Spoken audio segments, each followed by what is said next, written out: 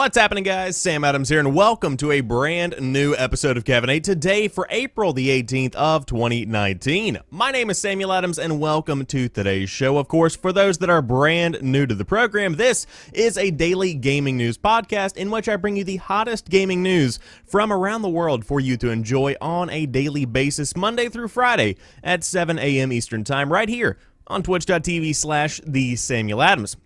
Now, of course, if you might be watching later on podcast services or YouTube, I appreciate you being here. You can always find the show there as well. But today we have a jam-packed lineup of news for you because Ninja has made Time's most influential people list for 2019. He is in Time's 100 because that is a pretty big deal for a lot of people. It includes others such as Donald Trump, Pope Francis, and Mo Salah, which is a list of people that you wouldn't normally associate with Ninja, yet here we are. On top of that, a brand new leak has come out about Warner Brothers Montreal and what they are working on, and it could be a live game-as-a-service Suicide Squad game. We'll talk more about what that means and the potential for that validity. But Assassin's Creed Unity is temporarily free on PC right now because of the Notre Dame fire, and of course, there's also some benefit to go along with that. The Last of Us 2 director has teased that the final scene has been shot for the game itself. PlayStation 5 price point is going to be appealing to gamers in light of its advanced feature set. This is a quote that was not used in the Wired story we talked about yesterday, but one that also sheds light on something a lot of people have been thinking about, which is, am I going to have to take out a second mortgage to pay for this system? So I have some more information about that for you. Joker from Persona 5 is out right now on Super Smash Bros. Ultimate. However, the raid for The Division 2 is not. That has been pushed back a good bit. And then to round out today's show, we have a little bit of a related trio of news stories, you might say. These three stories pertain to movie/television adaptations of popular shows, which are The Witcher, Halo, and Minecraft. So we'll talk more about those, and that is our lineup for today. So I do hope you enjoy today's show, and again, if you are brand new, welcome on in. But without further ado, let's go ahead and dive into it. Ninja makes Time's most influential people list for 2019. The Fortnite streamer joins Mo Salah, Donald Trump, Pope Francis, and Taylor Swift on this year's top 100 list, amongst others, such as Dwayne "The Rock" Johnson, if I did read correctly. Fortnite streamer Tyler Ninja Blevins is what's known in the business as an influencer, but he's more than just your average run-of-the-mill guy on YouTube. According to Time, he stands with Brie Larson, The Rock, Nancy Pelosi, Jair Bolsonaro, Brett Kavanaugh, and the Pope as one of the world's 100 most influential people in 2019. Ninja's two-paragraph profile was written by Juju Smith-Schuster, a pro football player with the Pittsburgh Steelers who is also something of a Fortnite fan. In fact, he was part of the Drake Ninja squad that crushed Twitch's viewer record last year whenever Fortnite really did hit its stride, in my opinion. Quote, I play in the NFL, so you'd think I wouldn't be starstruck much. But last March, when I, along with Drake and Travis Scott, got into a Fortnite game with Ninja for the first time, I was at a complete loss for words, the quite clearly starstruck Smith-Schuster wrote. I was among the millions of people across the world who had been watching Ninja, real name Tyler Blevins, play Fortnite, the popular video game, every day for months. He was the unquestioned best in the world of his craft, something I had so much respect for both as an athlete and as a fan. Now he has single-handedly blending gaming and pop culture together. I've been a huge video game fanatic my whole life, but people have seen it as a childish and a waste of time. Ninja was huge in building up the credibility of esports. At the end of the day, Ninja is an absolute legend and someone to whom we owe a lot for making gaming what it is today.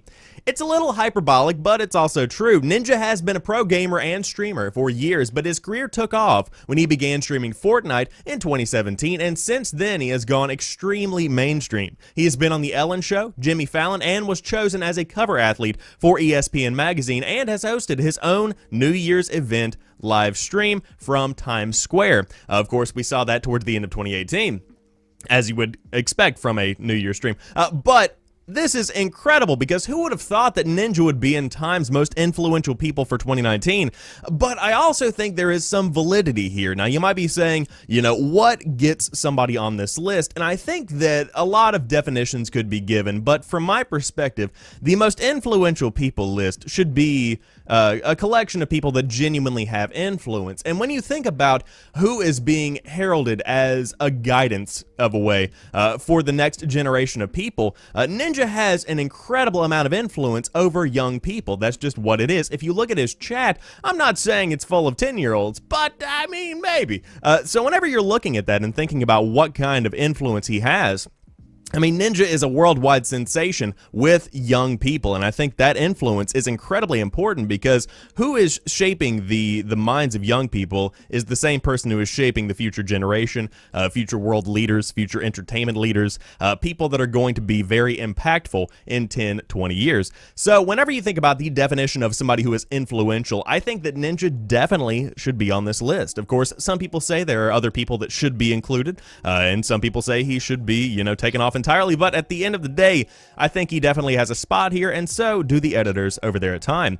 So if you do want to pick up the Times Most Influential People List edition, you can always find the top 100 on your local store shelf, but I did want to let you know Ninja is in it, and that is a pretty big deal because, of course, very significant for those of us that are into the gaming culture, esports, etc. Pretty impressive stuff. Now let's talk about this news story that I just added at the last second, published an hour ago. We have breaking news. Warner Brothers Montreal is about to announce a Destiny-style suicide... That's a tongue twister. Let's start over. Warner Brothers Montreal is about to announce a Destiny-style Suicide Squad game, according to a leaked marketing material. New Warner Bros. Leak suggests we are about to get a live service Suicide Squad game with raids, loot, and Ra's al Ghul. There are rumors about the next installments in the Batman Arkham universe than there are Riddler trophies, with several DC projects apparently in the works of both Rocksteady and Warner Brothers Montreal, but the latest leak, regardless of its validity, is sure to get people talking. Supposed internal Warner Brothers marketing materials have surfaced on 4chan, suggesting that the popular publisher is about to reveal its big new title on June the 4th this year, just before E3 2019 rolls around. According to this document, which as it happens is exactly how another Warner Brothers game, Mortal Kombat 11, was accurately leaked, the untitled game's reveal will feature a CG trailer focusing on iconic Batman foe Ra's al Ghul alongside all the other villains. Ghul, says the report, is the exclusive timed raid mission that will be available to pre-order, but that is not all. Following on from this CG reveal, Warner Bros. Apparently intends to release a Gotham trailer showing the Metropolis as one of the playable areas in the game, and a Star City trailer debuting the latest iteration of Arrow. The document goes on to describe a game featuring online multiplayer, loot, team-focused gameplay, branching storylines, and a release date of early 2020. If that does not sound like a live service Suicide Squad game in the style of Destiny 2, the author says he doesn't know what does, and early fan speculation seems to agree. Jason Schreier, a Kotaku reporter with a track record of leaking accurate information about upcoming games, chimed in on the subject when someone asked him about the veracity of this leak on Twitter. "I wouldn't want to spoil it," said Schreier before signing off with a winking face emoji. I guess we'll find out soon whether or not this supposed leak is real or not, but June the 4th is not too far away. However, this is a very big deal and one that I don't think anybody really saw coming. And the question this entire article, this leak brings to mind is, could this actually work? Could you have a live, service style approach to something like a Suicide Squad game? It's one of those, ideas that's never been tried before, but it's also one that I think could potentially work depending on the amount of content, the quality of the content, the complexity of what's happening within the game. Is there going to be some kind of skill set, a skill tree of some kind? What exactly is the level of depth that we're talking about here? And I think that's really what brings these games into a new kind of realm, because whenever you have stuff like The Division 2, for instance, there is a lot of content that rolls out over the coming months and years potentially. And so could you do that with something of a superhero game? Because whenever you are thinking about superhero games in the media,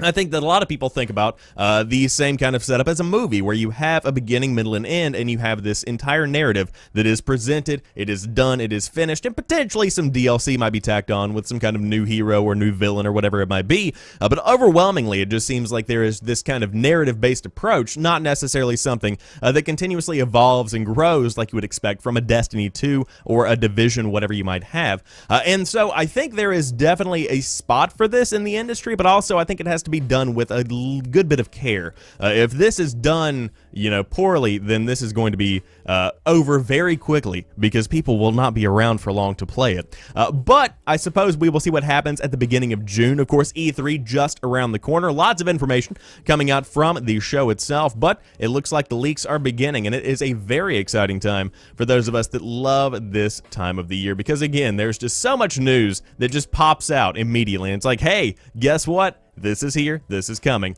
Boom. And this is one of those iterations. So again, Warner Brothers Montreal working on a Destiny-style Suicide Squad game. Hopefully it's got a better title than that. Just imagine Destiny-style Suicide Squad game. Oh yeah. I'm kidding, that would never happen. But I did want to let you guys know about a free game, and normally I do this at the end of the show, but I thought I would move it up to the third slot because it is, number one, a pretty big game. Number two, also going to, help a good cause, although not directly by your download. Still, I just wanted to talk about it. Assassin's Creed Unity is temporarily free on PC following the Notre Dame fire. Days after a fire caused extensive damage to Paris's Notre Dame Cathedral, Ubisoft is making an effort to commemorate the landmark and also help its aid in its reconstruction efforts. The company says it's donating €500,000 for restoration, and as reported earlier, the scans of the structure created during Assassin's Creed Unity's development could be valuable for the coming years as they do rebuild, as they begin to place pieces back together of the Notre Dame. PC players who did not get to tour the structure before the blaze or didn't visit via Unity have a week to do so on Ubisoft's dime too. Assassin's Creed Unity is free on PC for the following week, and to claim your copy, you just visit Ubisoft's online store, and if it's DLC, is also discounted if you do feel like taking a deeper dive. Otherwise, you are free to wander around Notre Dame and take in the sights of Paris. The game had a notoriously rocky launch, but a series of patches and updates brought it up to series standards, and if its bumpy release kept you away, this is a great excuse to check Unity out. And I will be the first to say I did not play Assassin's Creed Unity. It came out during a very interesting time. There was a leap in console generation with this specific Assassin's Creed entry because Black Flag, the game that had come before it, had been out on the Xbox 360 and the PS3, as well as the PS4 and the Xbox One, as well as PC. But Unity took that leap, and it cut out the 360 and the PlayStation 3, and that's whenever you begun to, or see an evolution towards the next generation. And with this evolution came a lot of technical difficulties that we saw towards the beginning of Assassin's Creed Unity. And as somebody who was in high school whenever this released, I believe I was a sophomore working at McDonald's, I'm not going to be spending $60 no. Like, this game is broken beyond belief, and you expect me to drop a hot $60? That's like 3 Saturdays. I'm just kidding, it wasn't that bad. But I was not going to spend money on a game that was broken, and so now I get it for free on PC. I only had to wait 5 years. But no, with all kidding aside, this is incredible because the Notre Dame, as we talked about in yesterday's show, is actually recreated 100% in Assassin's Creed Unity. They spent 2 years taking internal scans, sketches, making sure every brick was in place for this specific historical location to be included in the game. And that's, number one, valuable for rebuilding. Number two, incredible to be able to go in and explore. So if you did want to dive in and check it out, of course, you can fight with the French Revolution in Assassin's Creed Unity for free right now on PC. But let's talk about The Last of Us 2, because the director has teased that the final scene has been shot. The Last of Us Part 2 director Neil Druckmann has teased on Twitter that the ending scene of the game has now been shot. Whether this means that all motion capture work for the actors is complete or not is unclear, but it's still exciting to hear that it's all coming together. Sony will not be attending E3 this year, meaning that the Last of Us sequel may also be missing in action. We don't know when we will be seeing the game on center stage again or how far along it is in production, and you can read our coverage on the game from last year's E3 by heading here, says Elise Favis over there at Game Informer.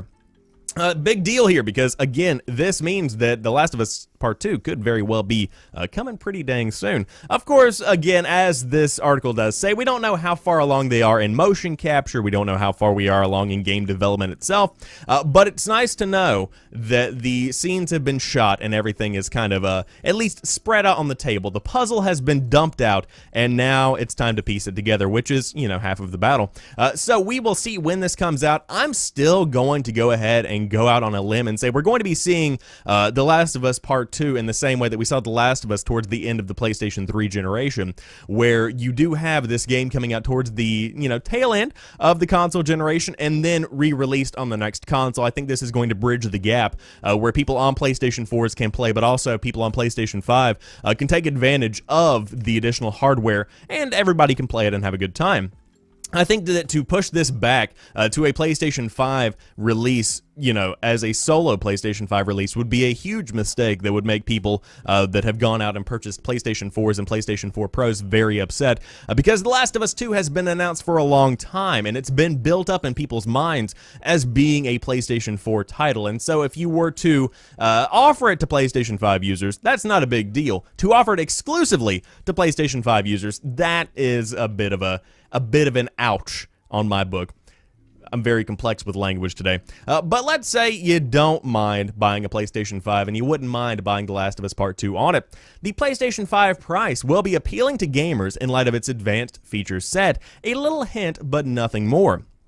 PlayStation 5 lead system architect Mark Cerny, has addressed the price of the upcoming console while not actually saying what it will be. Wired writer Peter Rubin dropped a quote from Cerny, which wasn't used in the magazine's reveal feature yesterday, on Twitter. Rubin asked Cerny whether the PlayStation 5 would be set around the launch price range of recent consoles. Cerny's answer was a little enigmatic. I believe that we will be able to release it at an SRP, suggested retail price that will be appealing to gamers in light of its advanced feature set. Decoding that a little, it seems as though Cerny is saying that the console may cost more than previous generations, but not well outside the norm. Perhaps the closest current comparison might be the Xbox One X. When that console was codenamed Scorpio, head of Xbox Phil Spencer addressed people's concerns, saying that it will feel like it's a premium product, a premium console, but that people shouldn't be worried that this thing is going to be unlike any console price you've ever seen. It launched at $500, of course, and then Cerny went on to tell Rubin that he couldn't say anything more about the price, so it seems we will have to wait for Sony to give us more info about that in the future. So now the question is, what exactly are we talking about when it comes to price here? I believe that $500, potentially $600 is what you're going to be looking at with the PlayStation 5. If I had to guess, I would say $600 is much more along the lines of what you can expect just because of the hardware that's included with this. And again, I'm not any kind of market professional. I'm not somebody who knows economics, but I do understand supply and demand and, profit and taking a loss on stuff. And I think that if you sell the PlayStation 5 at a loss, you will sell more of them towards the beginning of the console cycle and therefore make up for it by people buying big games. And if these games do include big names like The Last of Us Part 2, you could very well make up for lost ground whenever you were taking a hit with the consoles with the software that's sold. Again, I'm not somebody who is a professional in that. Again, I don't know if I'm even talking about things that are valid. That's just the way that I think about this in my mind. But even if you take all of that out of it, $600 is above what people would expect for a console at this current stage of the game.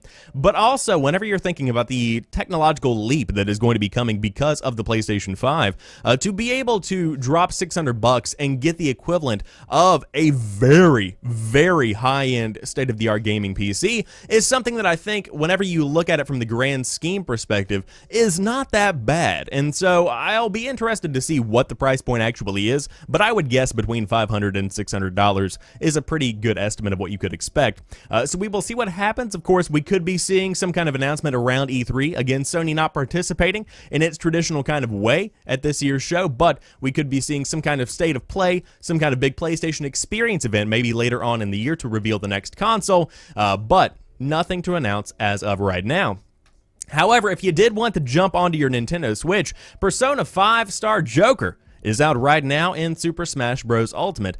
Persona 5 Joker is joining the cast of playable characters in Super Smash Bros. Ultimate on Nintendo Switch as announced on Wednesday, and of course leaked for a couple of weeks. The new playable fighter, along with the Memento stage and several Persona series music tracks, will be made available to players who own the Super Smash Bros. Ultimate Fighters Pass or those who purchase Challenger Pack 1 for $5.99. The Fighters Pass, available for $25, gives players, access to the Joker and the 4 upcoming Challenger Packs when they release.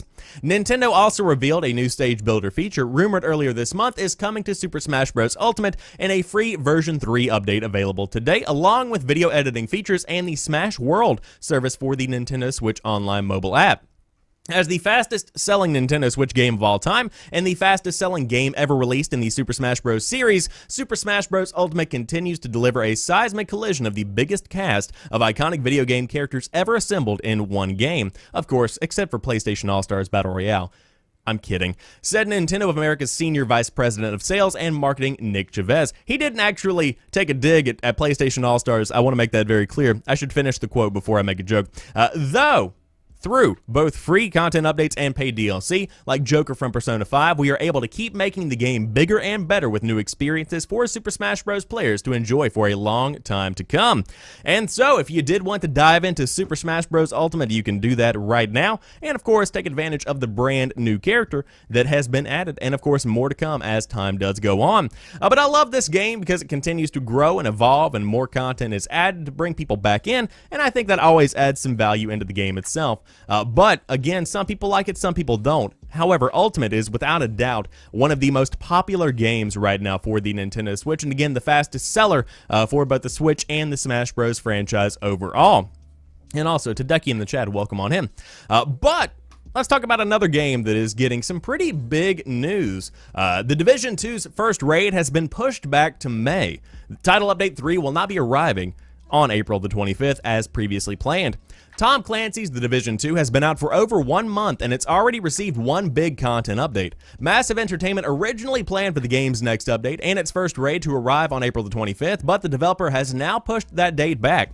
According to a post made on Ubisoft's website, Massive chose to push back the release of what it's calling Title Update 3 until May. Massive says it made the decision to ensure that the update and the Operation Dark Hours raid will be released in the best possible state for fans. In order to fine-tune the balance of our game and to ensure the best possible player experience for everyone, we have decided to move the release of Title Update 3, Massive said. In what seems like a related decision, Massive also announced that as of April 17th, all players that have access to The Division 2 on PC will also have access to the game's public test server.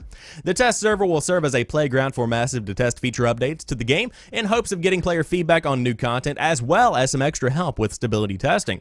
Title Update 3 and the raid will not be coming to the test server in hopes of allowing the community to experience the raid at the same time. It's unclear if this will be the plan going forward for future raids, but Massive says it will update players with more info about the PTS in the near future. But of course, the Massive update is coming in May, and The Division 2 itself is out right now on PS4, Xbox One, and the PC. And I will say that I have been deeply enjoying watching the game. Now, I will say I have not played it. I have not had hands-on time with the game. But it's a fantastic game to watch, very content heavy on this one, much better than The Division in every single way that I can imagine. Just a genuinely awesome looking game and an awesome playing game. Just one that is, it's great, you know, just to be able to see how far it's come from the original game. But what about pushing back this content? How does this impact the overall status of the game? And I think this is a good move. As I always say whenever it comes to any kind of delay, whether it be DLC, any kind of update, any kind of game itself, I would rather content be pushed back and be quality than content be released and it be terrible, because you can push back a game and it still is a good game, but if a game is released and it's poorly made, poorly done, runs poorly, whatever it is, then it's not going to be remembered at all. That's pretty much the way that everybody has always approached this, and some people get frustrated. I understand that, but at the same time, would you rather have a fantastic raid, or would you rather have a raid that is released and just genuinely not a good time, or not balanced, or broken entirely? You really have to consider this stuff whenever you're thinking about the status of any kind of game in the industry itself. And so if you did want to dive into The Division 2, again, plenty of content out right now if you have not already gone in, but if you are playing and you want to get in on some new content, could be having to wait until Title Update 3 sometime in May. But again, a lot of new content, a lot of new features coming to the game, and it's good to see a public test server is going to be coming, because again, that adds an incredible amount of value to the game itself, so they can go in and test, and the people that are fine with, you know, having a couple of hitches in their gameplay here and there can go in and see what's coming to the game and give some feedback to help the devs, because devs need help in this kind of situation. However, if you don't like playing games, number one, why are you listening to this podcast? Number two, you might like watching movies and television shows, and the Witcher Netflix series is coming in late 2019. Netflix's chief content officer has confirmed the release. The Witcher Netflix series has been confirmed to hit the popular streaming platform sometime in the last 3 months of 2019. As reported by Deadline, Netflix Chief Content Officer Ted Sarandos made the announcement on an investor call which covered other clearly unimportant titles that will arrive on the platform this year. Starring Henry Cavill as Geralt, the Netflix adaptation is based on the Polish novel series by Sapkowski. I always say his last name because the first name is, I believe it's Andrzej. You know who we're talking about. Also the inspiration for CD Projekt Red's popular The Witcher series. It is not an adaptation of the games then, but naturally we are watching it closely on the off chance it references the most iconic scene of arguably any RPG, which of course is the bathing scene for The Witcher 3. There has been a placeholder on Netflix for a while now, which reads The Witcher, Geralt, a mutated monster hunter, struggles to find his place in a world where people often prove more wicked than beast. While it's not much to go on, we do know that the series is expected to be 8 episodes long and will also include favorites Ciri, Yennefer, and Triss, as well as many other familiar characters. Of course, there is a brand new show coming to Netflix, but Sapkowski is working on the show as creative consultant and had this to say at the time of the initial announcement back in 2017. I'm thrilled that Netflix will be doing an adaptation of my stories, staying true to the source material and the themes that I've spent over 30 years writing. I'm excited about our efforts together as well as the team assembled to shepherd these characters to life. So if you want to find out more, of course, they have a handy little guide over there on PC Gamer, but big deal nonetheless. Of course, a lot of people say, Henry Cavill is as Geralt just not doing it for me. You got the wig, you've got the glare, but with that being said, it's not terrible. I could get behind this, but again, I'm not somebody who is deeply invested in the franchise. However, what's interesting is that this is not necessarily following the game very closely. Of course, the games themselves, Witchers 1, 2, and 3, are incredibly popular with fans. Of course, The Witcher 3, the biggest of the games by far, but at the same time, I like the fact that it's going to the source material because that brings something new to the table. You don't want to be just watching The Witcher 3. I don't want that to be the Netflix series. I want more from that. I want this to be a deeper dive. I want this to be different stories told. I like the fact that there are characters that I can relate to. I like the fact that I do know these characters and they're familiar to me, but at the same time, I also would like to see some new content, some new stories told, some new adventures to go on, etc., etc., and that does seem to be what we will be getting. So if you did want to dive into that, should be coming in late 2019. But you might be more interested in the Halo TV series, not coming to Netflix, but rather coming to Showtime. And guess what? Pornstache is a Master Chief. You heard me correctly. If you are a fan of Orange is the New Black, Pornstache is Master Chief. Very exciting stuff. At long last, there has been a major development in the creation of Showtime's upcoming TV adaptation of the Halo game franchise. We still don't know when it will premiere, but we are finally ready to meet Master Chief. The mysterious masked figure who is at the center of the video game franchise has been cast by the network. According to Entertainment Weekly, Orange is the New Black and American Gods alum Pablo Schreiber will fill the role. A character description reads, that was a very southern A. Oh my God, we are in Louisiana now. Earth's most advanced warrior in the 26th century and the only hope of salvation for a civilization pushed to the brink of destruction by the Covenant, an unstoppable alliance of alien worlds committed to the destruction of humanity. And that, my friends, that sounds like Halo. What remains to be seen is whether fans will ever actually see Schreiber's face. In the games, Chief's identity remains a mystery. While you might assume that would change with the series, Showtime president of programming Gary Levine previously said that the Chief would unmask is a key question and an important part of our series. Schreiber is not the only new cast, though. EW reports newcomer Yiren Ha has also been added to the show as Quan Ah, a shrewd, audacious 16-year-old from the Outer Colonies who meets Master Chief at a fateful time for them both. Now, Halo is expected to begin production this fall in Budapest, with Kyle Killen and Stephen Kane serving as co-showrunners, and Black Mirror alum Otto Bathurst has signed on to direct and produce the series. Showtime describes its take on Halo as weaving deeply drawn personal stories with action, adventure, and richly imagined visions of the future. And so, of course, pretty big deal. We finally have our Master Chief, and again, if you are familiar with Orange is the New Black, it is Pornstache. I want to make that very clear.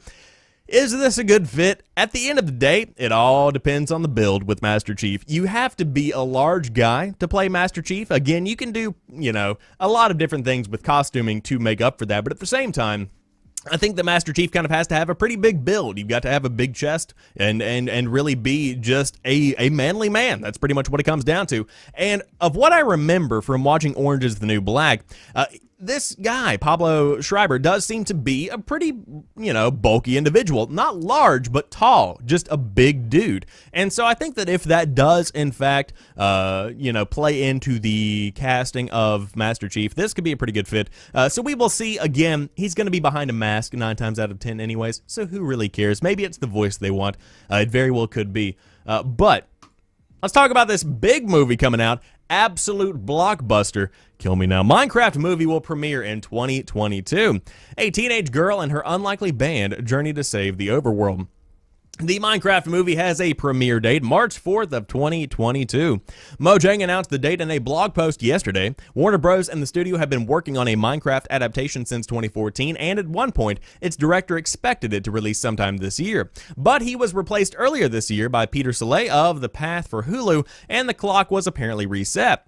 The Minecraft film would be the story of a teenage girl and her unlikely group of adventurers, Mojang said. After the malevolent Ender Dragon sets out on a path of destruction, they must save their beautiful blocky overworld.